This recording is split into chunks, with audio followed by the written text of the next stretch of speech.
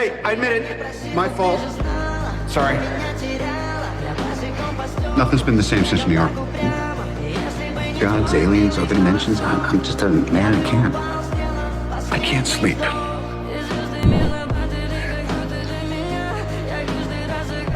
Friday, night functions are.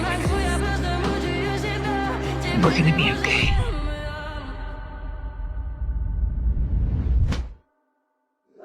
You can rest now.